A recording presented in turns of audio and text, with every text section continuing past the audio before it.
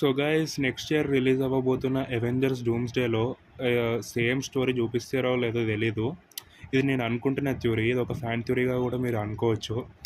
అయితే what if season 2 చూస్తుంటే అందులో ఎపిసోడ్ 7లో హేలా ఎవరైతే ఉన్నారో సూపర్ విలన్ నుంచి సూపర్ హీరో అయిపోతుంది. అక్కడ వెన్వుతో కలిసి హేలా 9 రిమ్స్లో పీస్ తెస్తుంది అండ్ గమోరా ప్లానెట్లోనే ధనుష్ని చంపుతుంది. దాని కారణంగా 2012లో భూమి పైన అవెంజర్స్ ఎగ్జిస్ట్ చేస్తున్నా సరే అసెంబుల్ కాలేదు. ఎందుకంటే న్యూయార్క్ బ్యాటిల్ కాలేదు, లోకి అర్త్ని ఇన్వైట్ చేయలేదు, అంతేకాకుండా చితోరి ఆర్మీ కూడా లేదు. ఎందుకంటే ధనుష్ గమోరా ప్లానెట్ మీదే వెన్వు ఇంకా హేలా చేతిలో చనిపోయాడు కాబట్టి. ఫస్ట్ టైం అవెంజర్స్ అసెంబుల్ అయింది 2050లో. అంతేకాకుండా ఈ యూనివర్స్లో వాండా ఇంకా వాళ్ళ బ్రదర్ పైట్రో ఇద్దరు బతికే ఉంటారు. ఎందుకంటే మైండ్ స్టోన్ ఏదైతే ఉందో అది స్పేస్లోనే ఉంటుంది.